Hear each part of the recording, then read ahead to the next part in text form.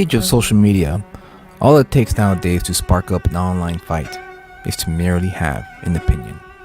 One opinion will cause many to spiral into a pit hole of anger where no one dialogues, only insults the person who has the unpopular or even the popular opinion regarding the latest trends in comic books, movies, or pulp culture. It makes sense given the circumstance. After all, acting tough behind the protective wall of the black mirror we all own and use on a daily basis makes it easy for anyone to jump right into a tirade of insults and threats. Again, just for having an opinion that they may disagree with. I decided to go against that notion. I've decided to start a video series where we discuss the hot topic issues within the comic book industry and pulp culture and provide you with another perspective. One of logic, reason, with just plain old dialogue between two people who have different opinions. My co-host and I will discuss the pop culture topics at hand in a fun, engaging, and respectable manner. So, without further ado, let's talk about it.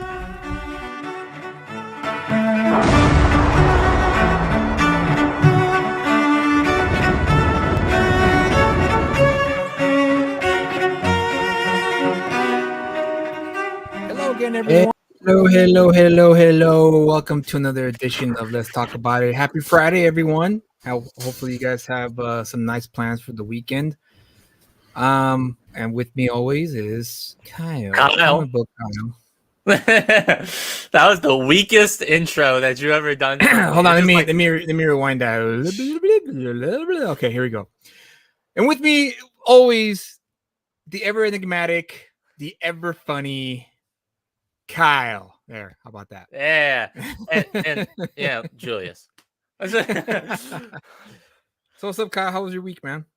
Oh, it's been pretty good. You know, hanging out, reading comic books. I got and building those experiences. I hope building those experiences. I got this cool. I have it on display back here. ASM annual number 6, which is all of the Sinister Six. Oh, you bastard! Fine, I love this one just because it's not the first appearance or anything like that. Yeah. These characters, but still, though, this is a great cover, especially with all of them right there on the cover. Put it closer. Put it a little closer. There we go. That's nice, dude. That's in good condition too, man. Yeah, it's pretty good. Nice. So I was really happy about that one. I actually got that as a gift. Oh, yeah. Nice for your. Oh, that's right. It was your birthday last weekend. It was my birthday, and then I also got this one, which was a Todd McFarlane cover of. Hold on, Mysterio. Oh yes, I remember that cover. That was a rad cover, man. Todd McFarlane, dude. I mean, talk about top of the line, top quality artist. You know, I just loved it. And you know what? And worth every penny he paid for, which is the theme of the show tonight. Right. I mean, it's just so cool. I love it being reflected in the dome of Mysterio. I love it. So yeah, Benjamin approves. As you know, your palette and your collection is quite impressive, actually, considering the fact that you haven't been collecting for a little over a year, and you have, cynical old bastards like myself pointing you in the right direction and what's good and what's worth picking up and all that. And now you're starting to find it on your own because you're starting to recognize more of the names of the old writers and artists of the past, and really, I'm happy that you're at least being exposed to a lot of the old timers that came before, our time. And pretty much, I mean, if you're not studying them and you're trying to make it in the mainstream, then you're doing it wrong, in my opinion. So that's great that you're being exposed to all that stuff. Well, and just the fact too that there's so many. Hey, Father of the Year, man.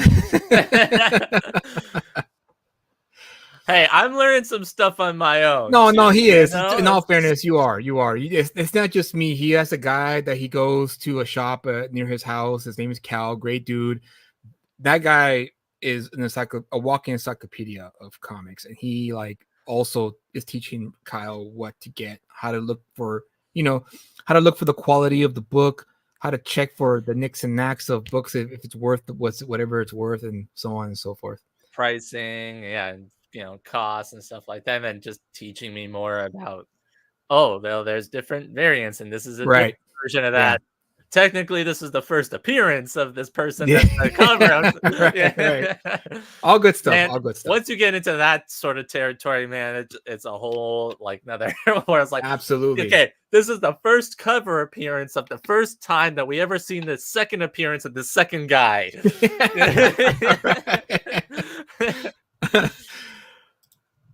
I need about 350. About 350. But What's up, anyway, yeah, Eric? you were mentioning how, worth it every penny on what I paid for it. And, especially with Tom McFarlane's work, never can go wrong with his art. Same with like Alex Ross or, some of these other great artists that you see.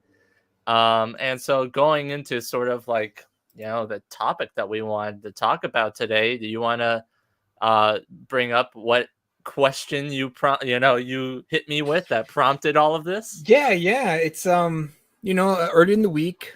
I'm sure for those who are watching may or may not know, IDW, it was dropped. The IDW was going to pretty much shift to a different direction, and they were going to shift away from the licensed properties and go totally on their own IP material that they have in their library.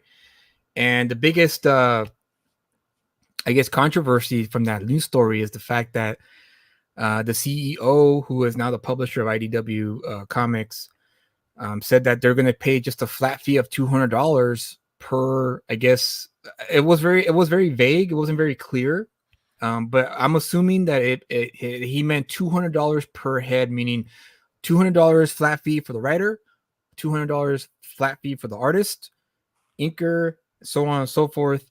And the incentive was that if the book sells, then you'll get the back end pay. If you, I guess that was their way of incentivizing the whole new pay structure they're going to have. And so that prompted the question, what is a comic book artist worth, and how do you determine one's worth at that? What are the qualifications to get you to that level of, like, say, a Rob Liefeld or Jim Lee or Frank Miller? What is it that prompts that high page rate, right? Because Mark Millar, a couple months back, he kind of pulled the veil a bit when he revealed that he used to get paid $1,000 a page for his scripts. This was back when he was at his peak, when the Ultimate Universe was hot, and the Ultimates had just come out, and Marvel was just like just flying high, man. They were like red hot. Like everyone was buying Marvel Comics at that point. And so he kind of revealed that, hey, like this, we used to get bonuses. I used to charge $1,000 a page for my scripts, and the artists would obviously get paid 10 times more than that, because obviously they're doing the heavier lifting of the two, right? But the reason why he got paid that is because Mark Millar sold a lot of books. His name had become a name brand. And so when his name was on any book, the publisher knew we're going to make our money back. And so that's how he got that. And we need to presume or come to the conclusion that the same rule applied to the other greats that we have come to know, right? Frank Miller, Jim Lee, Rob Liefeld, so on and so forth. The list goes on. And so this was shared by, let me just zoom in quickly here, by Aaron Sparrow, breaking. This is on September 17th. Per Bleeding Cool, this is how IDW plans to right the sinking ship. IDW plans to publish superhero, Bible, and crime comics that they own, moving away from licensed properties, as I mentioned earlier. CEO Davide Jonas aims to create value by developing wholly owned IP like Marvel and DC. First of all, I'm sure the very best creative will be excited to go build a new superhero universe for IDW that they have no investment in for $200 and under page rate. IDW is saying for their books. And then, of course, he goes on about the Bible stuff, which, whatever. That really doesn't really interest me. But Ben says here that experiment won't last a year. That we'll see, man. We'll hold you to that, Ben, Mr. Nostradamus. Halloweener says reducing rates is signaling a death spiral.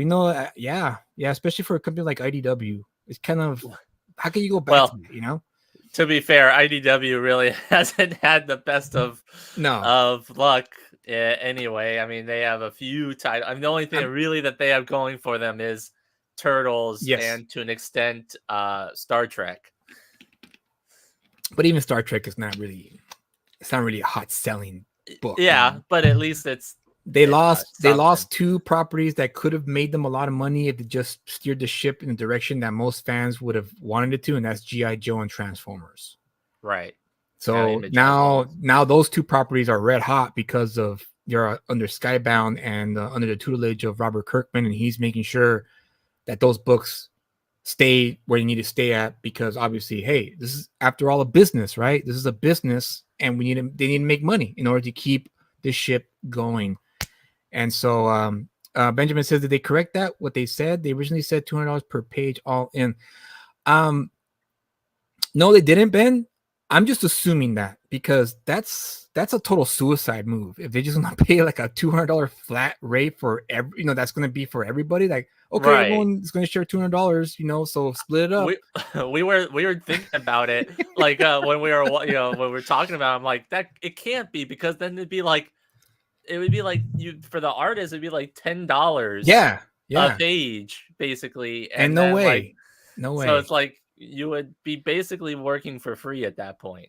Yeah, and I think $200 per person sounds right. Sounds more right to me in terms of like the bigger picture, in terms of the publishing house, the way they pay out, and the fact that they're going to focus on their own IP, which is something that they don't have to pay licensing fees for.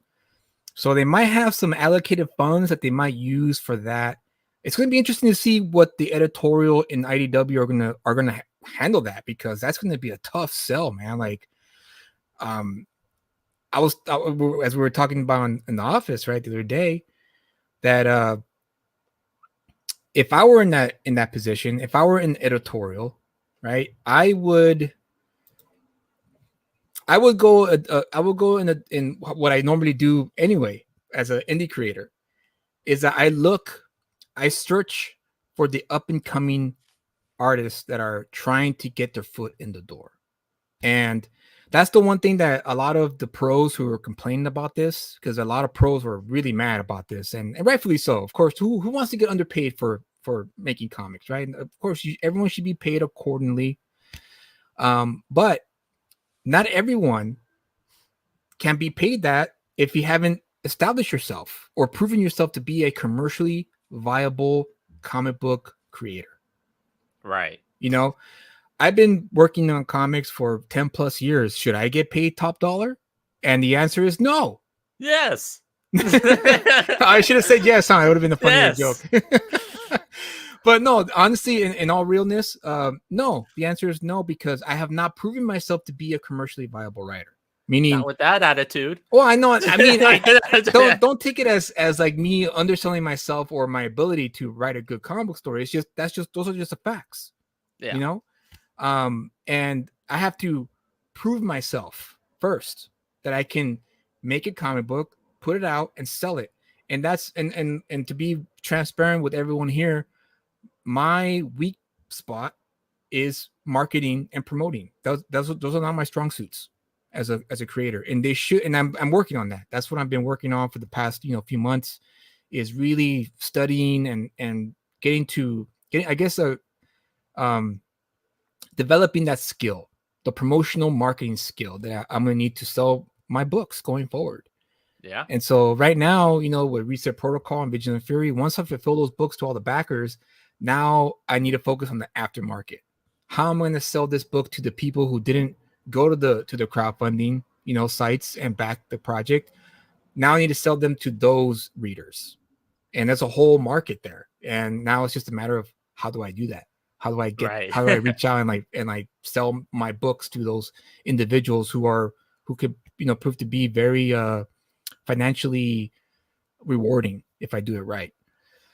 But saying that if you were you were mentioning how that right, if you were in this position, and you were trying to get these new upcoming writers and artists and everything like that, which I think it makes sense, because obviously you're not going to have the Rob Liefelds and the Frank Millers and stuff doing this, going and doing their art for $200. Right.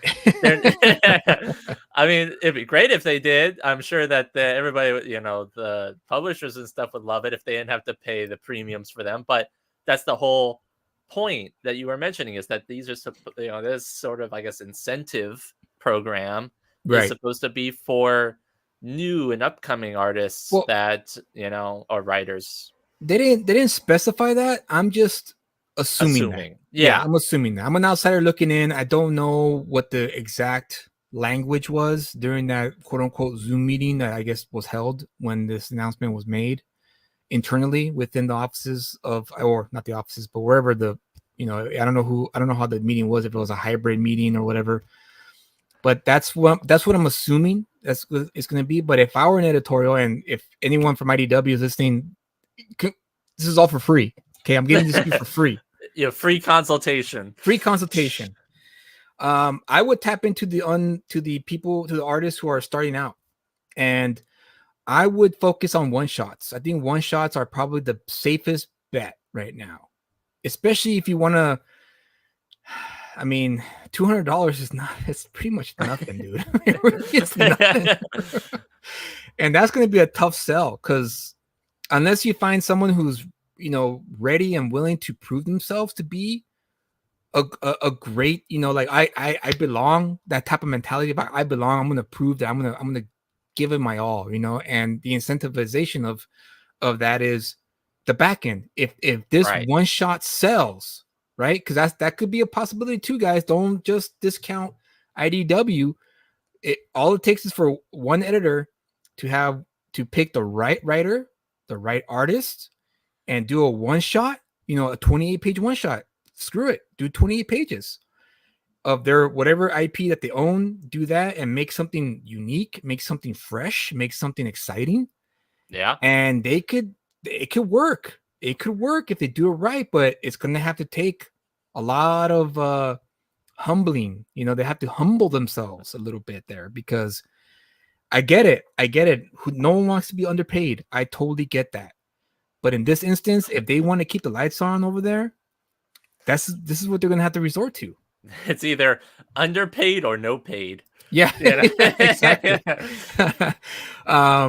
Halloweener says a good way to sell your other books is to refer to them in the stories you're currently producing. That's how Marvel did. Yeah, no, absolutely.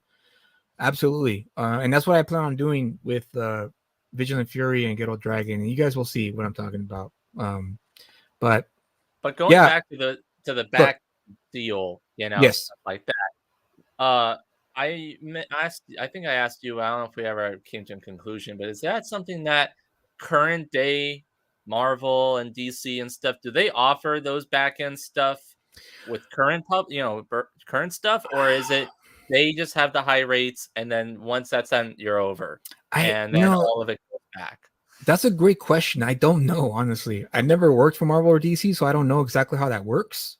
If anyone in the chat is listening, if you guys have some insights to that, please let us know in the chat so we can get that information out. But I'm assuming. I'm assuming it's a straight up like work for hire situation where they just get hired for their services, and once they're done, unless they create a new character. Yeah. And as we saw with the new Venom movie, I'm sure you guys know this or may not know this, but they're using, what was it, Null?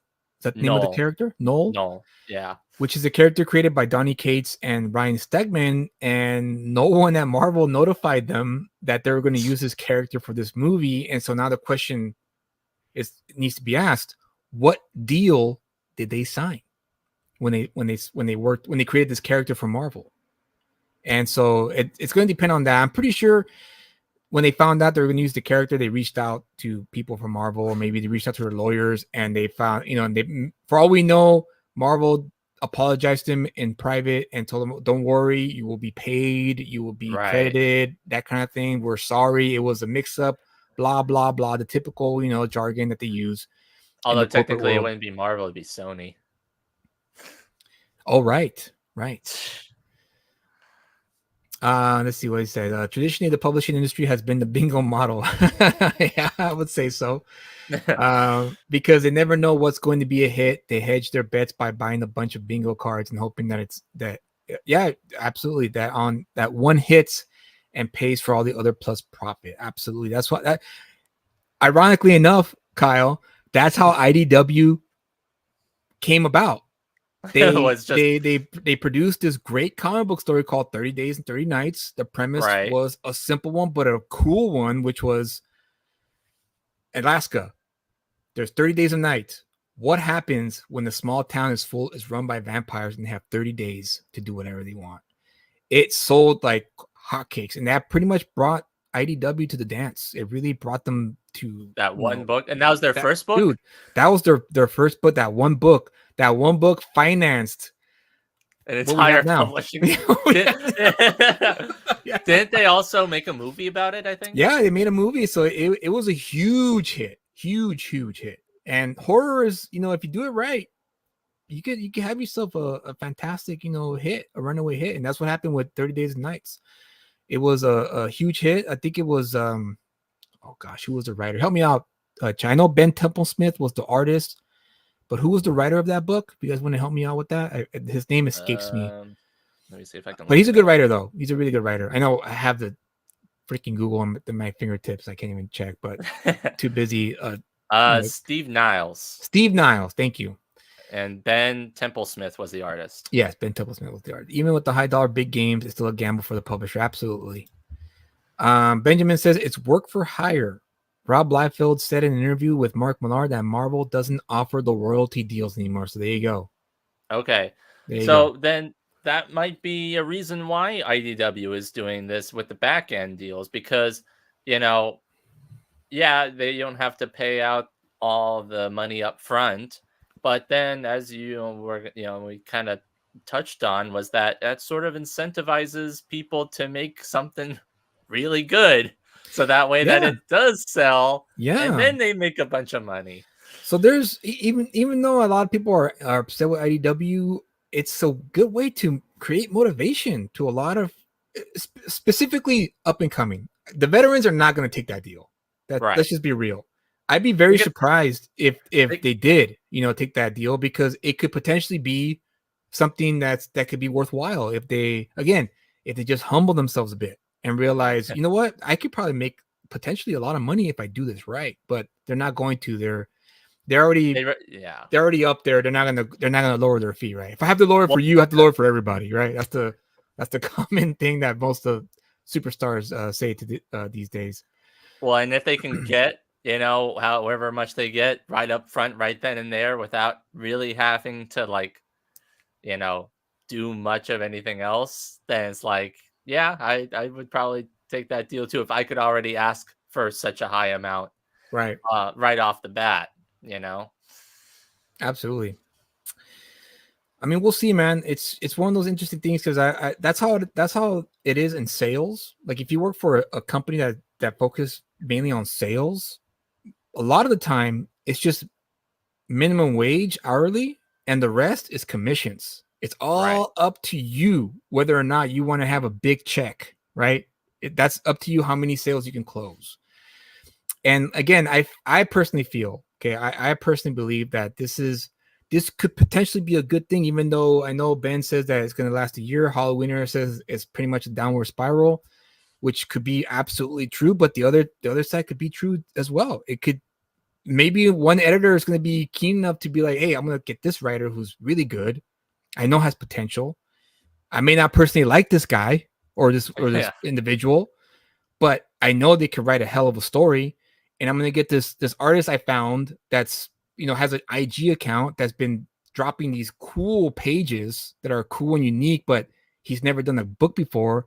I'm going to marry these two together, do a 22-page one shot, and see where that takes us. I mean, yeah. I mean, you look at throughout history, a lot of great innovations and great stuff. I mean, even not just in comic books, but we'll stick specifically comic books. Any great in it, and all these things happen under desperation. You know, Yeah, so it's absolutely, like, you might absolutely. think that IDW, yeah, they're pretty desperate at this point. Yeah, So they might be using this as like a last gun ho type of thing. Like, let's give it our all, and then hopefully something good comes out of it. And you can look at a lot of different things. Like, I mean, you look at Robert Kirkman when he, like we mentioned before, when he was doing his Invincible run, right. Yeah, it was about to be canceled, and the editor's like, "Do your thing right now. Whatever you were planning, do it now." And yeah. they did now, and now it's a huge thing. If it You wasn't for know, that, yeah, if it wasn't for that, then it would have just been canceled. If he again, once again, the secret ingredient is humbling yourself, right? Because Robert Kirkman would have been like, no, no, no, that's gonna ruin my vision. I can't. No, it has to be 3 issues down the line, right, for it to happen. But the right? fact that he was able to humble himself a bit and say, okay, you know what, screw it, I'm just gonna have to cut these 3 issues stories out and just move this up. It paid off big time because that was the turning point of that series that made it into what it is today. Now it's an animated show. And you mentioned to me when the WonderCon, right? When you were working with Cal in his in his space, Yep. every single person who approached your table asked for Invincible comic books. Invincible, and then if it wasn't Invincible, it was Walking Dead. There you go. There you go. Yeah. Ben And then says the downside. Oh, sorry. Go ahead. I Finish was your thought. gonna I was just gonna mention one other example that I thought of, which was Spider-Man. I mean, you look at, like, I think it was, the story goes that, like, Stan Lee and them was saying that they created uh Spider-Man, and then the editors and stuff, no, people don't want Spider-Man because he's a kid and teenager and stuff like that, and they say, okay, well, just throw, because Amazing Fantasy was gonna be ending, the line with the book was gonna be ending, I think, and then they threw Spider-Man in there as like a Oh, last okay. ditch effort, Yeah. and then now Spider-Man is like the most There you popular go. superhero ever. And let's actually go outside of comics too for a bit. I mean, you look at movies like Star Wars, for Yeah, instance. You look at I mean, even though this was a big blockbuster movie, it still had their fair share of budget problems, which was the movie Titanic, right? We all right. know how that turned out. I mean, there's countless examples of movies, specifically movies, being tough to produce because of production issues or budget issues, and they just work it out. They just work it Yeah, out, and they you know, end up being cultural great hits because icons. a lot of passion goes into them, right? They believe in the project, and that's another factor that I think a lot of comic book creators, especially the ones who are the most mad about this, is that you guys are comfortable. You guys are already made. You guys are chilling on top of Mount Olympus, okay? But there's still a lot of us down there who want to climb up that Mount Olympus, and we are hungry too and creative as well. And so, I try to look at things optimistically. That's some maybe to a fault of mine, but this could be a good thing for IDW. But let me read Benjamin's chat, comment here. The downside is they also force the artist and writer to market their project, which means time taken away from creating. They may as well be self-publishing at that point and crowdfund. Absolutely. But I don't think they're going to do new IPs, Ben. It seems to me they're going to take whatever they already own and use that and hire the writer and artist to write those already, because they own it already. There's no need for Right. extra cash for it. They already have it. It's theirs. So but you're right, though, they may have to market that particular project, and once again, if they stick to just one shots, you mentioned Amazing Fantasy, right? Hmm. I really don't know how Amazing Fantasy was formatted. Was Amazing Fantasy like a collection of short stories, or was I don't it? know. It was just an interview that I was hearing about, and I think it was Stanley that was talking about it, and he said that Amazing Fantasy was a short series run, I guess, not a short series run, but it was going to end, and he said that he had, they had the Spider-Man character, and they just said, well, just throw him in that issue, and then see if he does well, because the series is going to end anyway. And so that's the reason why Spider-Man was in number 15. As far as the Amazing Fantasy line, I'm not entirely sure what the whole history behind that was. Well, I'm just curious to know. I'm curious to find out if Amazing Fantasy was at 15, the Amazing Spider-Man 15, issue. yeah. Okay, if that took up the entire issue of Amazing Fantasy, or if it was part of like multiple stories that they showcased in that book. Kind of like an anthology of sorts. Kind of like what Dark Horse Presents is today. Dark Horse Presents is a compilation of short stories that are compiled to get in one book. I think it says on that reprint that I have featuring Spider-Man, so it might be a short story that was in it. So it could be probably like kind of like what Detective Comics with Batman. Like Batman wasn't the whole issue in Detective Comics; he was just the one section. I see. But going back to your point, I think you may have mentioned about how that IDW, these artists and these writers, are going to be taking the characters and IPs that they already own. I think that's an interesting premise, because that kind of goes more into what we were talking about of like what makes a good comic creator, what makes it their worth.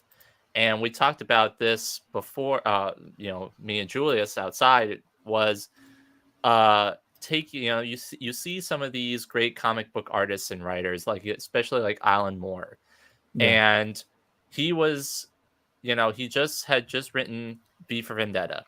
And who was the editor that was in charge of DC at the time? Swamp Thing. It was Len Wein. Len Wein, yeah. So basically, he read V for Vendetta and thought to himself, "Hey, this guy, Alan Moore, he'll be good for writing Swamp Thing." And so he puts him on Swamp Thing, and Alan Moore pitched him the idea for what he would want to do for Swamp Thing. And I think you mentioned how Len Wein he was the creator of? Yeah, he was the co-creator with Bernie Wrightson. Okay, he was the co-creator, and so I guess he had say in. I kicked the table. Getting excited there, Kyle. I know, I'm getting all excited. So yeah, he had say on who he could add as writers or artists in the story, and I guess he chose Alan Moore. And everybody knows Alan Moore's run on Swamp Thing is like some of the best, that's ever been created. It's top, and for my list, it's top 5 for best of all time.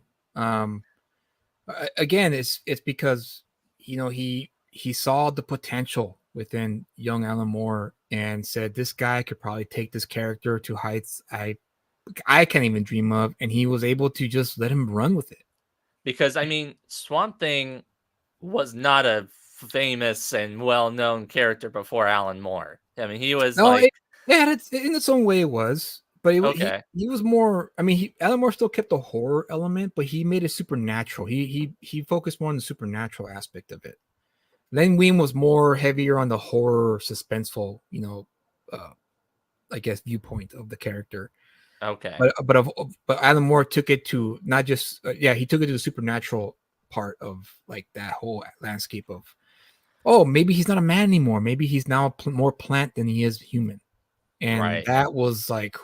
All right, I'm curious to see what that looks like, But here's a tweet from EVS, Ethan Van Sciver. Love him or hate him, this first line here, this one right here, I really don't care what he says about here.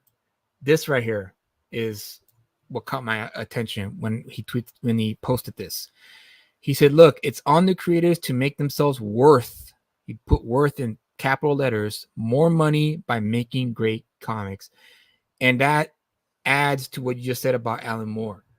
Alan Moore, I don't know the exact numbers of what Swamp Thing was moving when it was being published by DC Comics, but it wasn't that high. It was average. It was okay. It did pretty good for itself, but compared to Right. the other books they were selling, it wasn't compared to Batman, Superman, and so on and so forth. I think it was in the 50,000s. Now 50,000 is like, oh my god, that's That's amazing, a right? bestseller. Yeah, Shit. but 50,000 back then was not great. It was like pretty good. And so when Alan Moore got on Swamp Thing, it went from 50,000 units that they would sell to comic shops and newsstands and what have you to over 100,000 within a few issues. And it Wow. reached like 300, 400,000 as the months progressed because, again, word of mouth is key to the success of a comic book, or not just a comic book, but any piece of entertainment, any piece of media. That's the reason why Titanic did so well. Titanic, when it opened, was like, I think it was number 8 in opening box office. It was really weak opening. Really? That like nowadays that's a failure, right? Yeah. But I distinctly remember every week whenever I watched the entertainment portion of the newscast that I used to watch, because I don't watch the news anymore, but when I used to watch the nightly news, every week, dude, I know I'm not kidding you, Kyle. It'd be like, okay, open at 8, right? Next week, it was at 7. The week after that, it was at 6. The week Oh, after that, it was seriously? 5. Dude, I'm not kidding you. And then the week after that, it was 3. And then the week after that, it was 1. And it stayed at 1 for like 16 weeks or something like that, something crazy like that. Really? Yeah, because of word of mouth. Just Yeah. people were like, dude, you need to watch this movie. And of course, word of mouth is always the strongest, chain that like can get any kind of piece of media up there. Well, And especially now because like you don't you hear so much news and so much stuff on Instagram and right, Twitter and yeah, stuff like that. And you don't know exactly who to trust because everybody has all these different opinions and everything like that. And so really a lot of the times just the people that you know and the people that you trust in terms of your the opinions and stuff like that, that's all that really matters. my race just went up. Thanks, What's up, Oli? Yeah, absolutely, and I think that's what's missing in today's time too is the meritocracy that we used to have. The reason why Alan Moore became Alan Moore was because the sales skyrocketed and he proved himself to be a writer worth the money. Right. You know, and You the could same thing take goes. any property, yeah, and put them on. Yeah, and it'd be gold, and that Right. proved to be right because Killing Joke is still remembered fondly to this day. Watchmen, obviously, still, Yeah. I mean, being published as a trade. V for Vendetta, Swamp Thing. Not so much his top 10 line, but that's because there's no publisher that owns the rights to that. The artists own those books now, the IP. Oh, But really? the other IP, I mean, those are for sure fire. Like you reprint that, you're gonna make money off that because people just love those books. Yeah. The same thing with Mark Millar, the same thing with Rob Liefeld. I mean, Rob Liefeld is kind of having another renaissance of sorts of his career because of the Deadpool stuff he's been doing lately, and also, he understands his worth and he's utilizing it as much as he could before he retires from making comic books. But Rob Liefeld is another example of, being signed to Marvel and they wanted him to do a big book. And he was like, no, give me something that's a challenge, right? So he took on X-Force, which was a low-selling comic book that used to sell well when Bill Sienkiewicz, oh gosh, I can never pronounce his name correctly. Sienkiewicz, I guess that's how you pronounce it. When he was on it, it was, I mean, top-selling book because he brought something special to that book. But when he left, it kind of lost its luster, lost its allure, because it kind of became another Marvel book as opposed to a unique looking book when he was on. Right. And so when Rob Liefeld came on, he said, give me X-Force.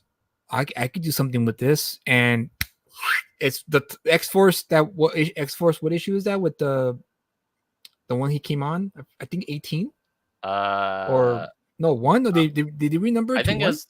I think they did one. Okay, I that think I'm not that's the entirely top. sure. That's one of the top selling comic books of all time. 5 million. It sold 5 million copies. That's Yeah. crazy. That's crazy. And And then he had. so I think it was also that one was also the one they had polybagged with the cards I in think it. I so. think. Yeah, Yeah. I think so.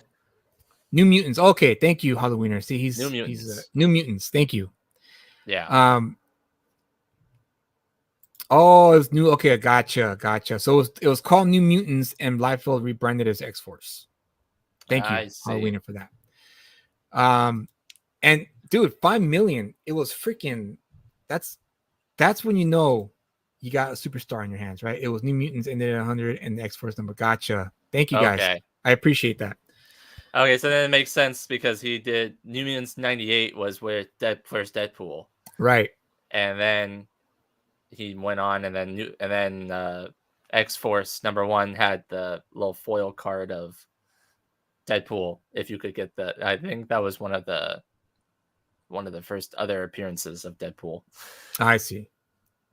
So in that case, that's when you're again that puts up your worth, right? Your stock, for lack of a better term, goes up, and now you can charge well, my rate's gone up. I used to charge this, but now I'm going to charge this because my name now has value. That's the key, is value. And I think a lot of writers today, a lot of artists today, they expect to get paid top dollar, but the question is, how much do you bring to the table when your name is on the book? And it's great that you're published by DC and Marvel. You know who you are, right? Right. Tom King. So the question is, no how much bias whatsoever. I'm sure no disrespect to the Tom King fans out there. If you're a fan of his stuff, great. I personally I'm not a fan of his stuff. But the fact is, like, that plays a factor in your value. How many books can you sell with your name? Right.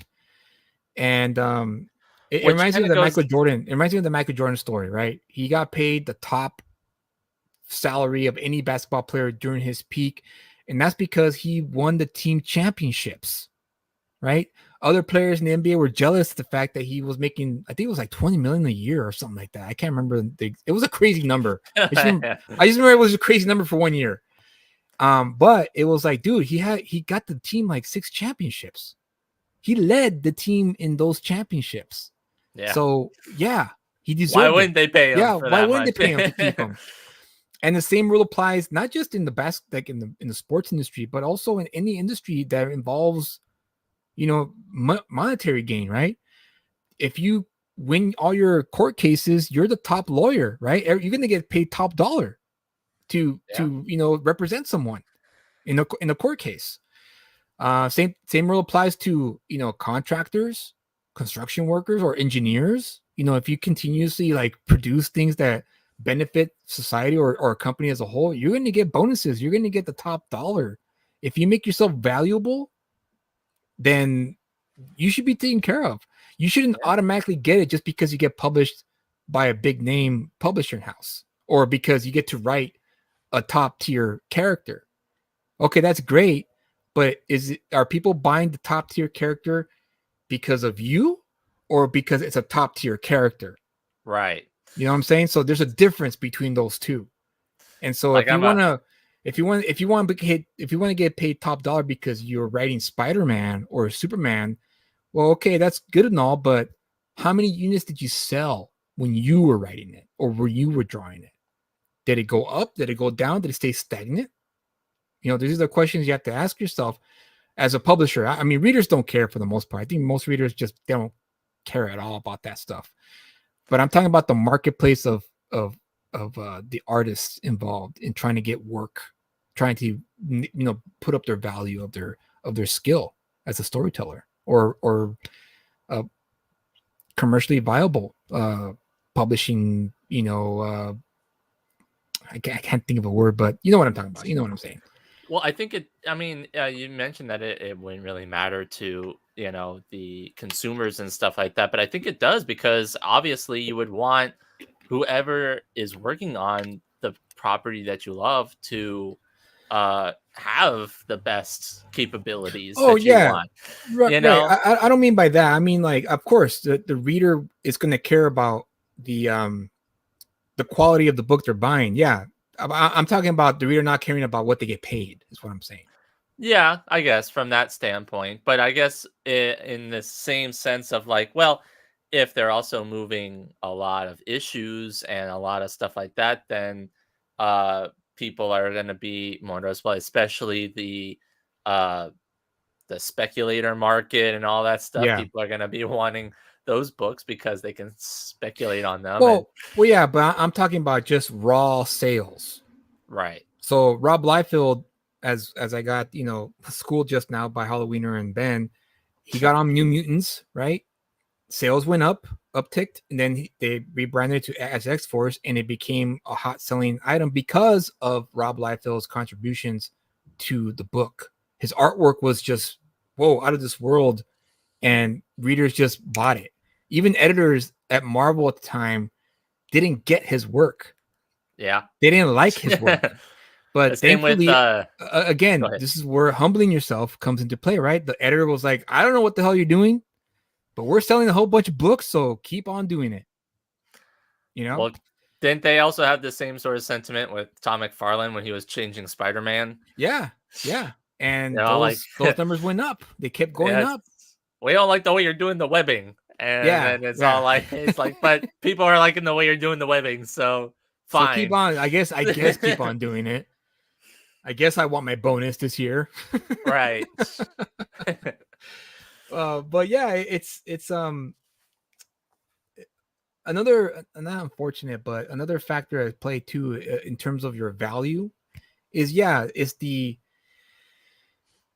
it's your name being published under a Marvel or DC book. In the eyes of the reader, you got it made when you got your name in that book. You can be like a Terry Moore or a oh gosh, what's his name? I think his name is Jeff Smith, who did Razzle and Bone. Is that right, guys? The chat, you wanna correct me on that? I think his name is Jeff Smith. I have no idea. Jeff Smith and Terry Moore are indie creators through and through. They were indie from the 90s, and they're indie now. Wow. Okay. They never jumped to a Marvel or DC book or an Image book. They self-published their own stuff from at the beginning of their career in the 90s up until now. That's pretty impressive. Very impressive. Extremely impressive. Not of course they're two of a kind because no one else has been able to do that other than I'm trying to think of another one. Maybe the Evil Ernie creator, but he took breaks in between, but consistently, I think his name is Jeff Smith. Jeff Smith and Terry Moore have consistently produced their own independent work, and they have their books on previews. They have a working relationship with Diamond, and so they get their books in shops no problem because they're able to find their niche, their audience that continue to support them to this day. So those are exceptions to the rule, but I'm just saying their value. I think their value is still up, and they could charge a pretty penny if they wanted to, if they jumped ship to like a Marvel or DC. What books did they create? Jeff Smith, I think, created Bone, a book called Bone, and Razzle a couple years back. And Razzle Razzle. If you guys have not heard or read Razzle, RASL, you need to find that book and you guys need to read it because it's freaking fantastic. I could not put it down. I made sure my shop ordered those books because it was just so good. It's about Nikola Tesla, and not about Nikola Tesla. It involves Nikola Tesla and all the stuff that he created technological wise. But it's just a good story. You guys gotta read it. Take my word for it. If you haven't read it or heard of it, find it and read it. It's good because it's good. Yeah, so, I just can't get into it right now because I want to stay in topic. I don't want to chase rabbits, Brian Pulido, there you go. Brian Pulido, Lady Death is another one for sure. Lady Death is definitely a popular indie creator as well that he owns outright. Yeah, Brian Pulido is the creator of that character. Okay. But yeah, it's I guess that pretty much sums up what a value, what makes a creator valuable is a combination of certain things, right? It's how many books you can sell. If you could get fans to want to read your books, like Rick Remender, for instance, same thing. He did his own indie stuff for a while, and I think he finally gained traction after like 10 years trying, apparently. And then he got the gigs at Marvel and became a superstar after that because his stuff at Marvel was pretty great. And then he left Right. Marvel and now he's doing his own indie stuff again, and people love his stuff. So that, and also name recognition in terms of being published by DC or Marvel. Once you get published by DC or Marvel, you pretty much got it made. Right. You But know, in not the eyes of the everybody can readers. be published by them. And then, so I think that's probably one of the reasons why IDW is doing this, is so that, I mean, like, it's IDW is an established name. So, I mean, it's not Yeah, Marvel or DC, but but it's at least it's kind a of name. bottom of the barrel now at this point. Well, You I know, know for some people, though, the bottom of the barrel is better than man, that's a tongue twister. Bottom of the barrel is better than being at. You try saying that. The bottom of the barrel is better at being than being at the bottom of somewhere else. I don't know. the better of the barrel is better than becoming blah blah blah. Yeah, something like that. The bottom of the You know barrel, what I was the getting bottom at. of the barrel is better than being At the bottom of nothing. at the bottom of nothing. Yeah, that is a tongue twister, isn't it? Yeah. Jeez.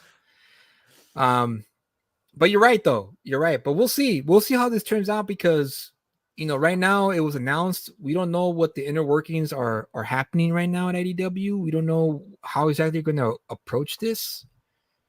And hey, what's up, Comic Ken? Nice to have you here. Hopefully you joined us for the conversation we had about the worth of an artist, the worth of a comic book creator, and all that stuff. If you haven't, then check out the replay.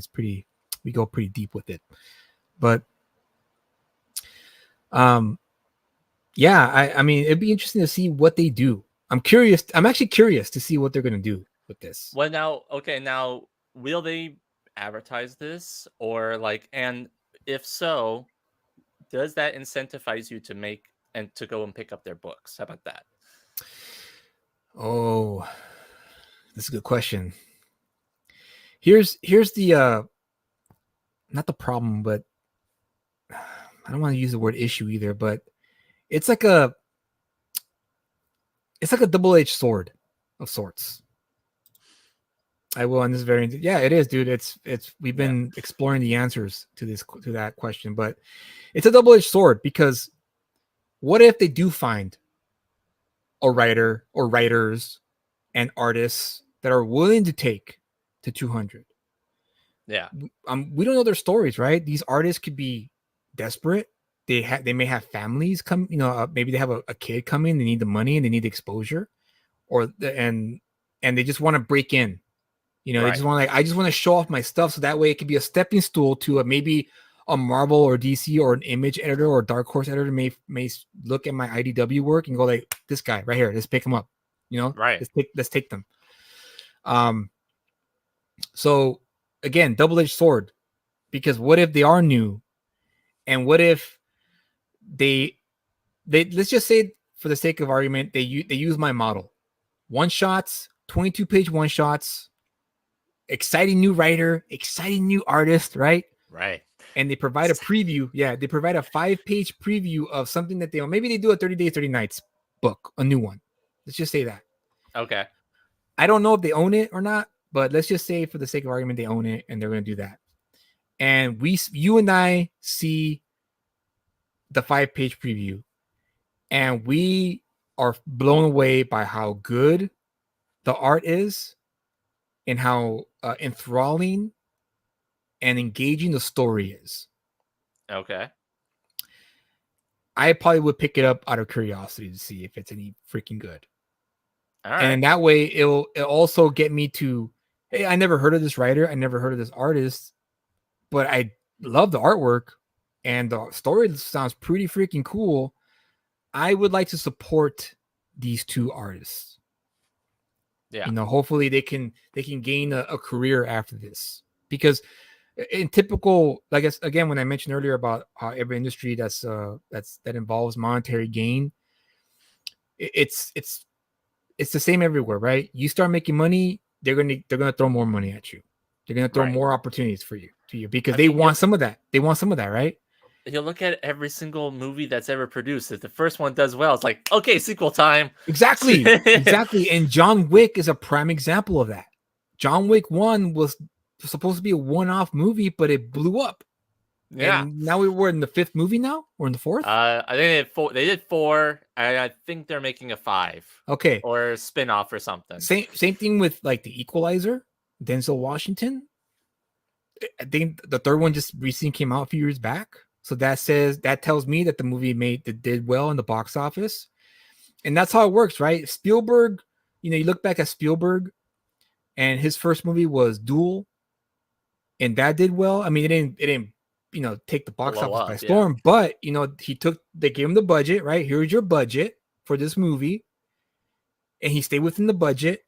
And not only did he stay within the budget, the movie made double and triple its money back, which is pretty good. And so they go, okay, well, hey, maybe you deserve a bigger movie. And that's when they gave him, I think he did Sugarland Express first, and then Duel, Sugarland Express, I believe, and then Jaws. Oh, okay, yeah. Jaws almost killed him, but it paid off because Jaws, that was the big blockbuster. That blew up. That guy gave him the career. Defined blockbuster. Yeah. Absolutely. It's the perfect. Ben says the perfect job for AI writer and artist. It really is. If it's an AI, I probably won't buy it. I probably won't.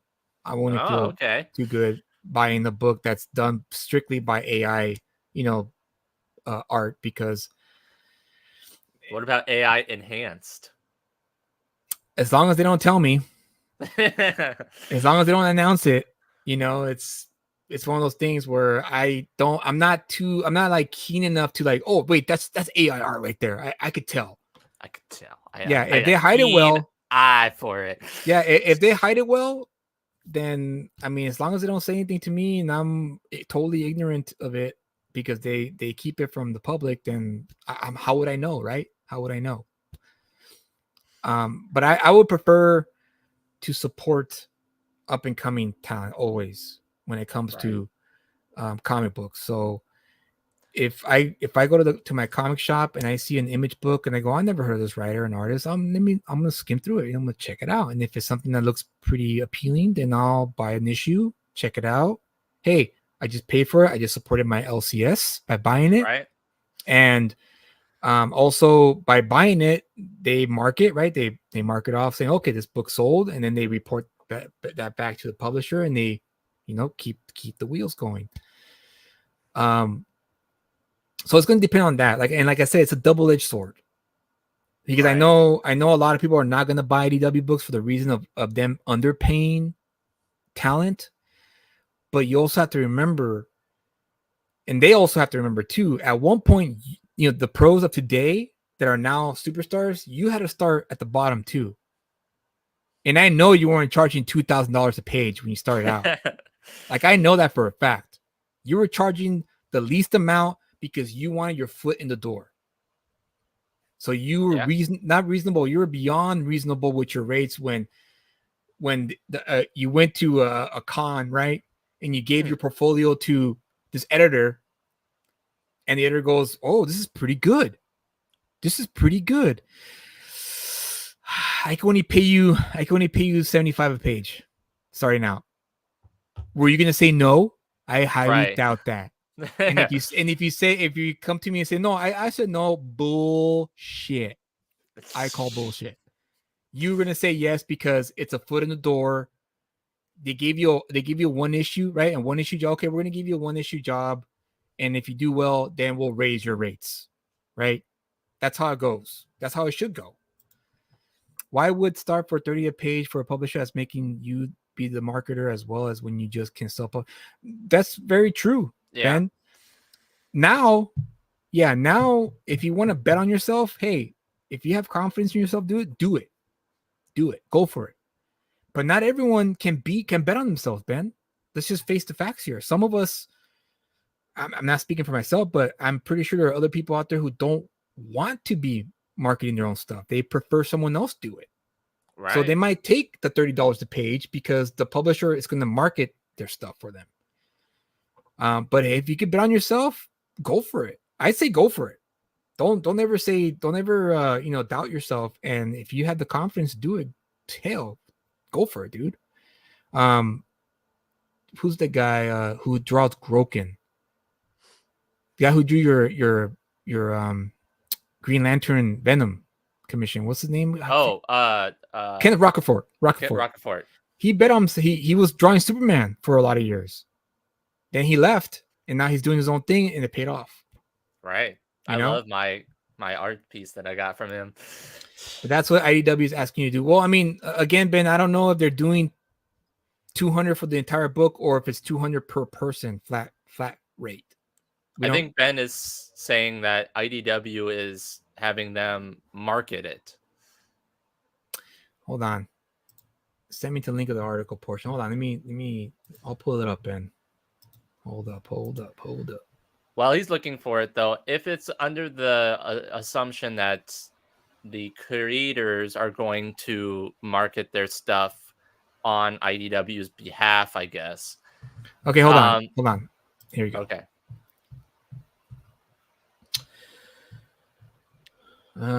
Comics Tropes says Bleeding Cool has an article about IDW and said they've heard the company. See, they've heard though. They've heard. It's not confirmed though.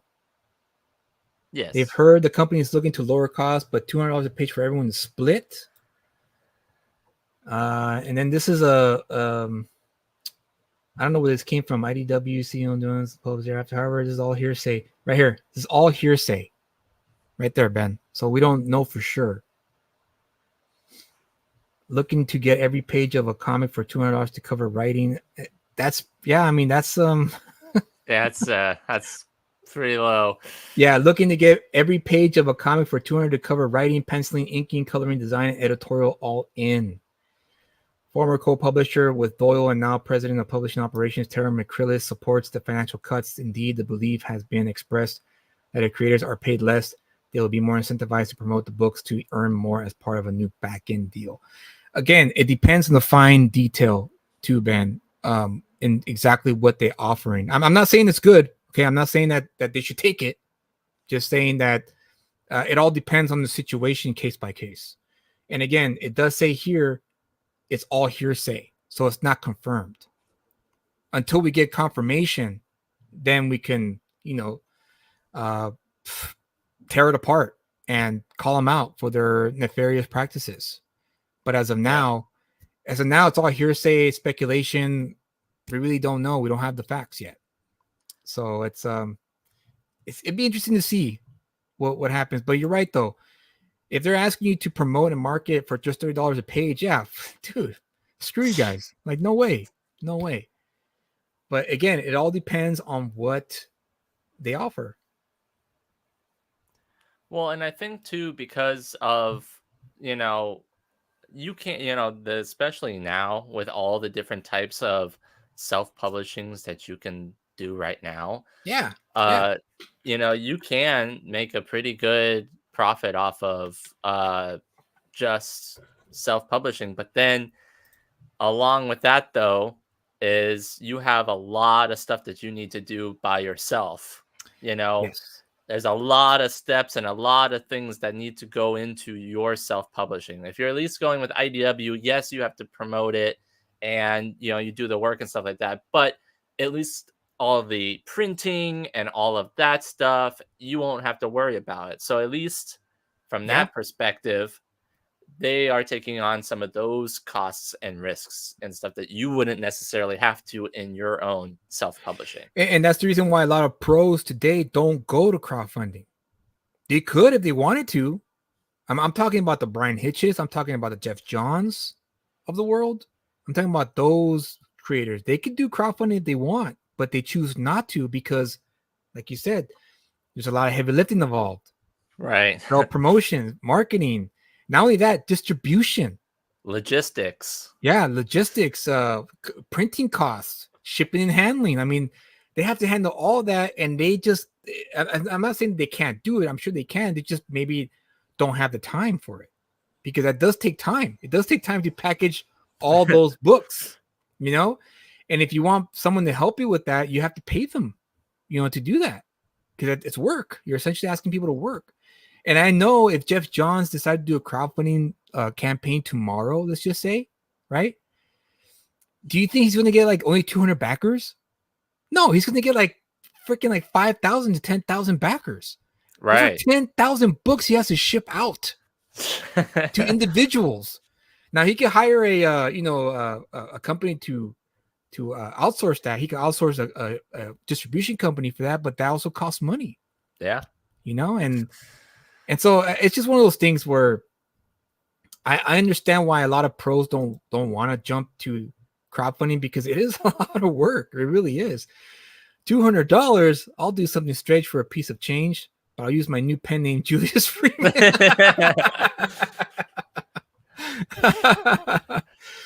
Yeah, sure. Why not? Yeah, why not? Why not? I mean, honestly, and I'll just speak for myself.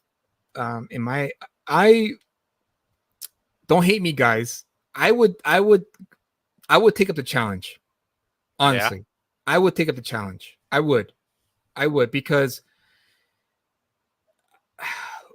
the glory of like writing something that sells like crazy. Can you imagine that? That'd be freaking great. If let's just say I say, you know what, screw it. Pay me the $200 flat fee. I'll write the script.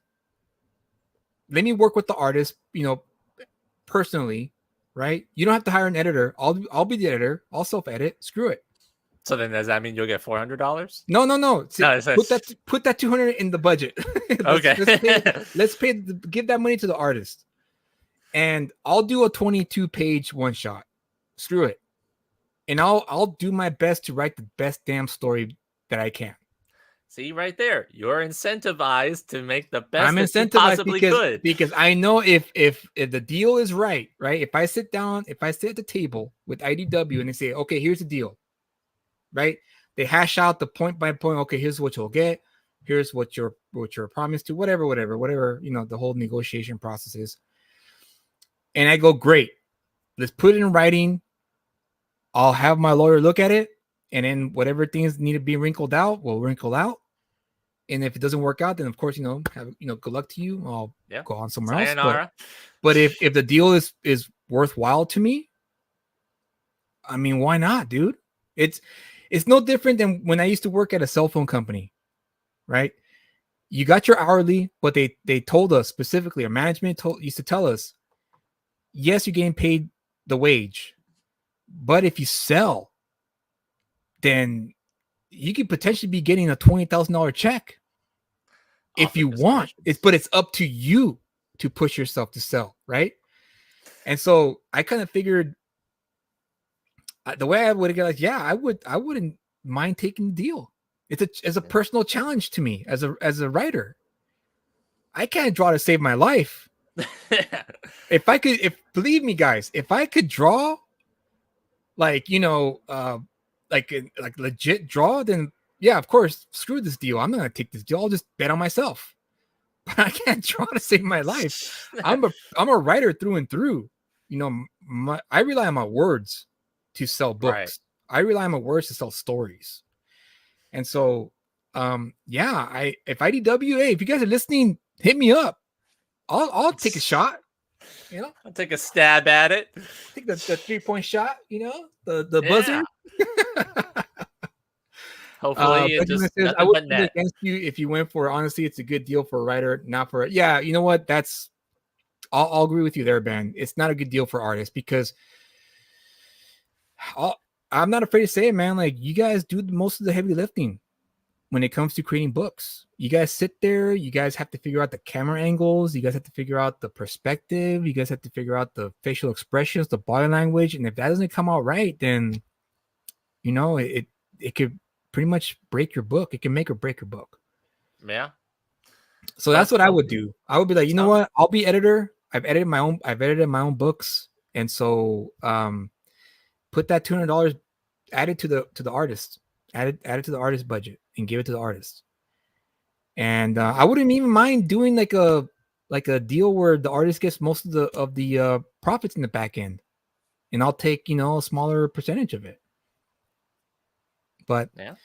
again, I don't know what IDW is offering. I mean, like I said, this is all hearsay based on the article, so it's not really for sure exactly what they're going to do with the back end deals. But Right. in my experience, back end deals only work if you are a Rob Liefeld, if you are an Alan Moore, or Frank Miller, or any superstar artist, because you know for sure you're going to get your money back end, because those names have value and those books are going to sell. So therefore, you can be like, well, great, I got it made, man. I'm gonna get my money back.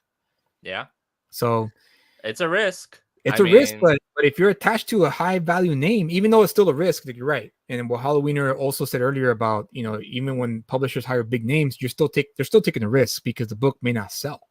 Yeah. It may not sell it might be terrible. I mean, one of the examples that just comes to mind is when they tasked Frank Miller to come back for Dark Knight Returns 2 and 3. That's right.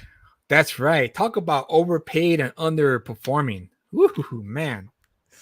I have never heard anybody say Dark Knight Returns 2 and 3 are their best or more great stories. They're always the most forgotten dollar bin type books I've ever seen. They're always cheap no matter where you find them. Meanwhile, you have like the Dark Knight Returns series that's like, beloved all the time, and even worse copies are still worth something. Absolutely. Yeah. Oh, dude, that was my first experience of a disappointment. Oh man. Because here I am, right, actively collecting comics, and they announce the sequel to the Dark Knight Returns. Oh, and I'm stoked. I'm like, get it, dude. Yeah, exactly. I'm going to get this book. I'm not going to miss out on this monumental piece of work. Moment. Yeah, a moment or a book, right? It's the sequel to one of the top-selling books of the 80s that came before my time, before I was even old enough to buy a comic book. Yeah. And here's my chance to be part of history, right? Oh, I own that. I own that issue, You're part of history, all right. Yeah, and so when it came out, I bought it, went home and read it. Actually, no, I didn't go home and read it. I sat in the store and I read it there. Oh, wow. That's how excited I was. Couldn't even wait till you get home. It's like, no, gotta get in there. Yeah, when I finished it, I was like, what the fuck is this? What is this? Wait, maybe I read it wrong. Maybe I forgot to read. I don't know. Maybe I just maybe I'm a little off. No. Maybe I'm not understanding it. And I read it again. I was like, dude, what is this? Maybe it'll get better in the second issue. And no. And all love to Frank Miller. I love his work. I mean, I've been picking up his Daredevil run. Just chef's kiss perfect, that Daredevil run, man. Just absolutely top of his game during that time.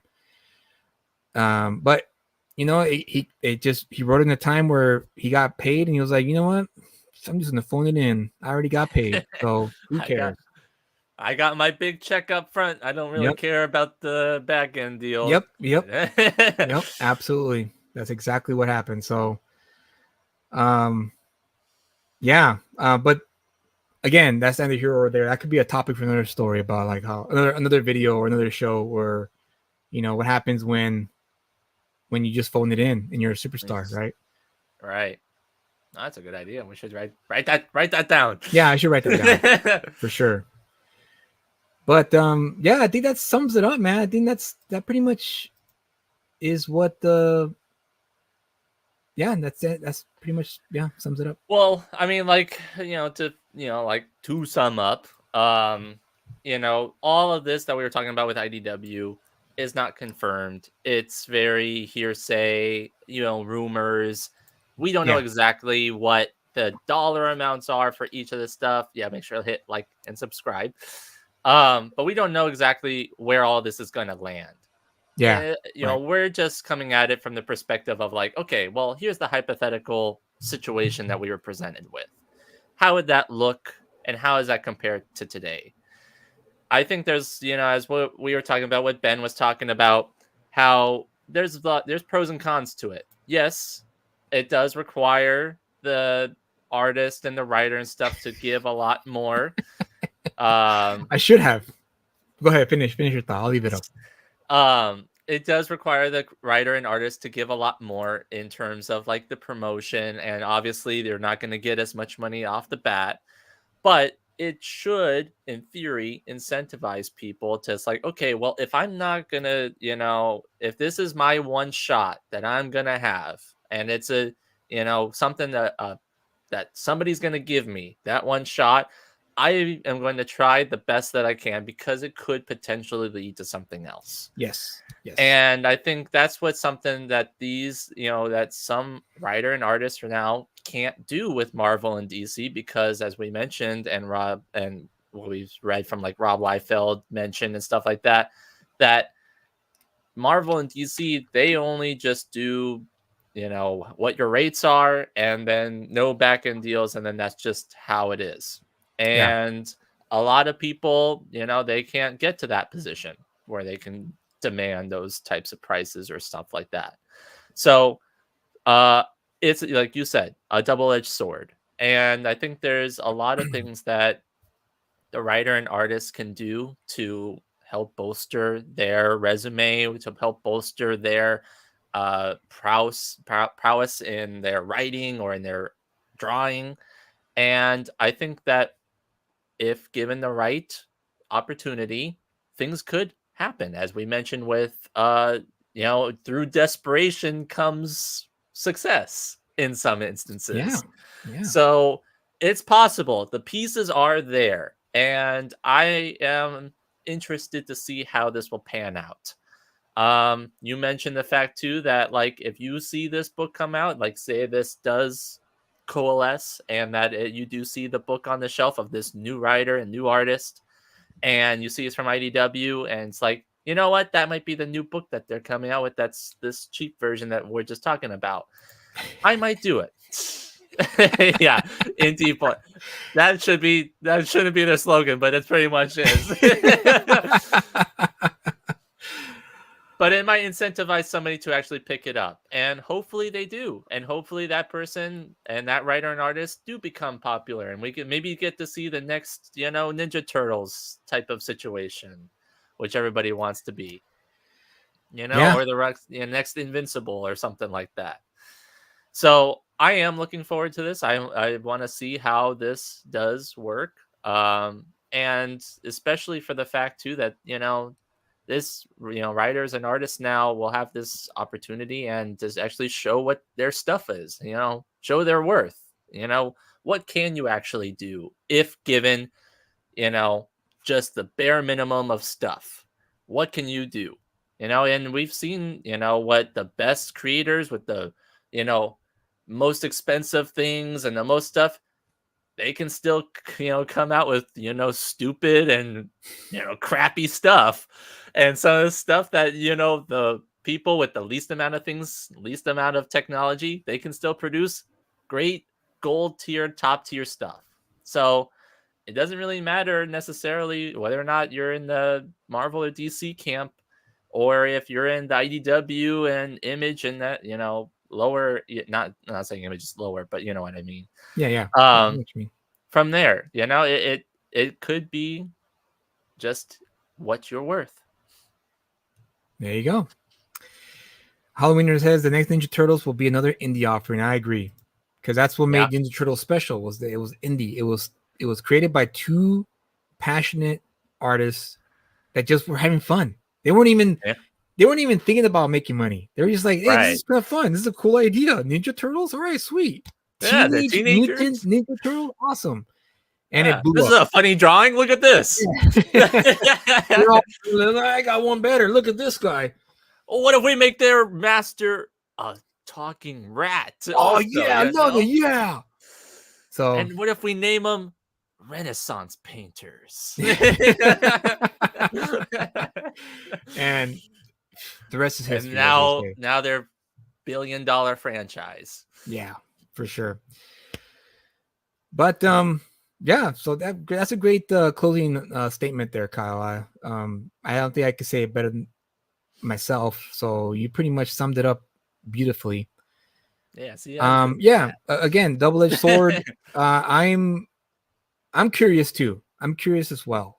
I'm not as pessimistic as most people may be, and there's not a knock on anyone. I'm just saying that's just, hey, I always like to see where things go whenever anyone tries something new. And unfortunately, it was IDW, because IDW has been around for a long time now, really, when you think about it. And the fact that they've gone this far and they're now at this, literally as Halloween here says, in deep wastewater. Yeah. Sewer water, essentially. Let's hope they can find a way to get that water flowing again and clean out that wastewater, right? Because that's why it becomes wastewater, because it remains still. It's no longer flowing. Or it has and so hopefully it starts flowing, but I mean, we'll see. Again, right now everything's a speculation. Everything is up in the air. We really don't know the details as to how this works, because I mean, there's been other publishers who haven't even paid their creators. You know, some publishers are notorious for not paying their creators after their book sells. And I think that's way worse, because you already did the work, you know, and you're not getting paid. So that's like, whew, that's tough. But in this case, I mean, we'll see. I mean, I don't know. Again, I don't know how they're going to recruit. I don't know how they're going to find the talent. But yeah, back Vigilant Fury. Quick update on that before I go on and finish the show. We signed up for the proof, so we have the proof going to Gambino's address, because he wants to take a look at it. So he's going to be the one inspecting it, making sure everything looks great. And once everything looks great, we're pulling the trigger. So just know that we're just making sure that the quality is top notch. We don't want to give you guys a poorly printed book. So that's why we decided that it'd be best if we order the proof first to make sure everything looks great. And once it does, we'll have that going. The research protocol, I got the books in, so I'll be fulfilling soon for that one. I got to get all the materials ready, all the Gemini mailers and the bags and boards. And once I get those, then you'll get those and hopefully in a few weeks, you'll get that in your mailbox. So look out for that. Great. Go with the flow with the Dragon of the Ghetto. I love that.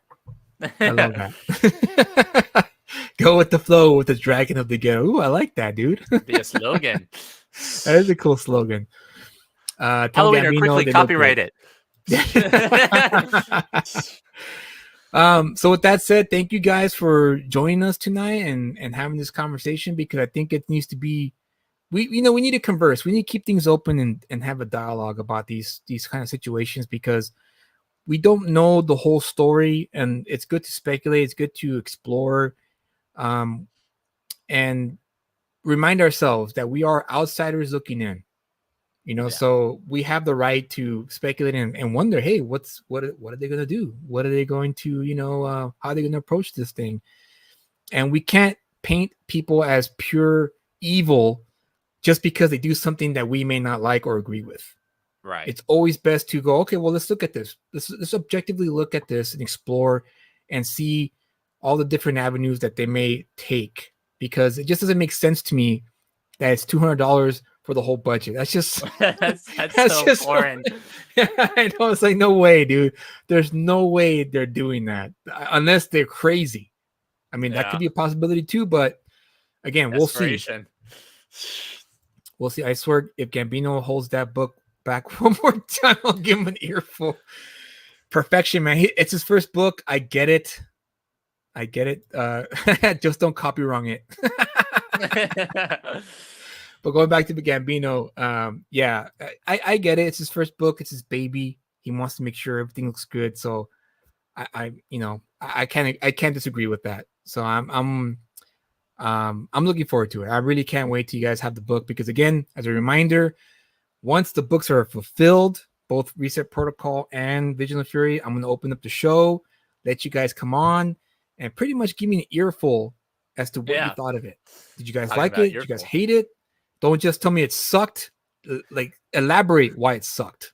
It is bad. Yeah. And I look forward to it because, again, I want to be the best writer possible. I want to showcase to you guys that I am capable of giving you guys a compelling story and showcase what it takes to be a commercially viable comic book writer. And you're worth it. And if I'm worth it, right? It sucked big time.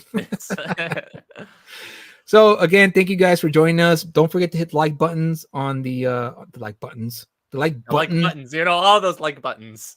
And also subscribe if you haven't already. Share the video.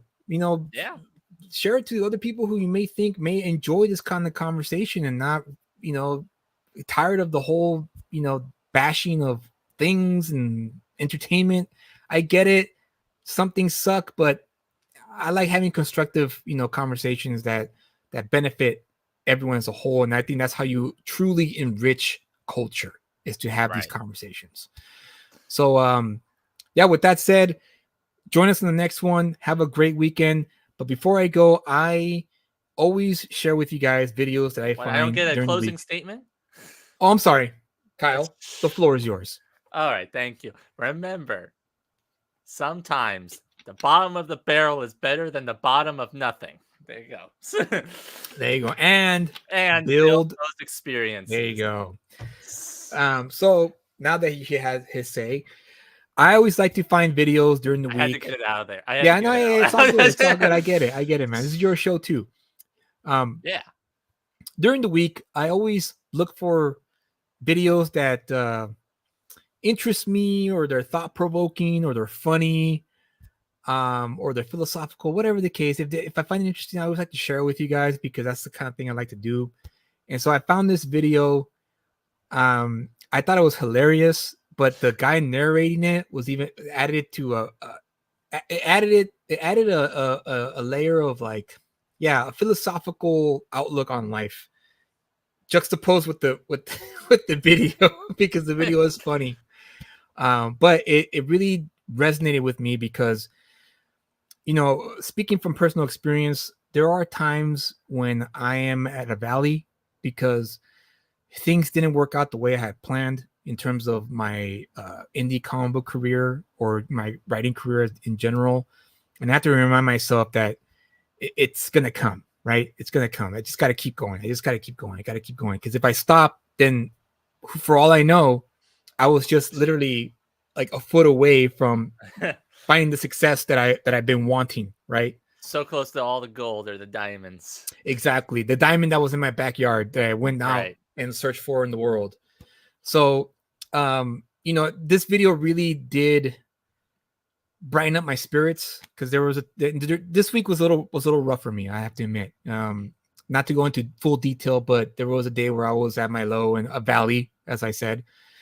And, when I saw this video, it really brought me back out of that and reminded me, you know what?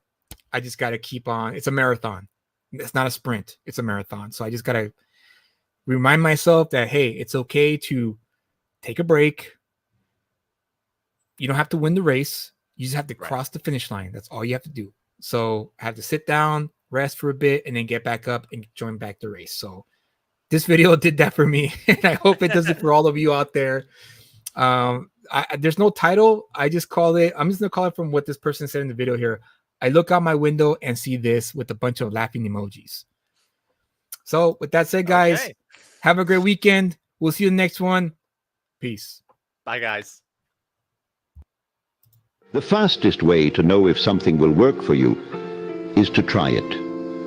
Learn to proceed without certainty. Life doesn't come with a trial period or a money-back guarantee. There's no GPS for your journey, no step-by-step guide to becoming who you're meant to be. Every day, you're writing a story without knowing the ending.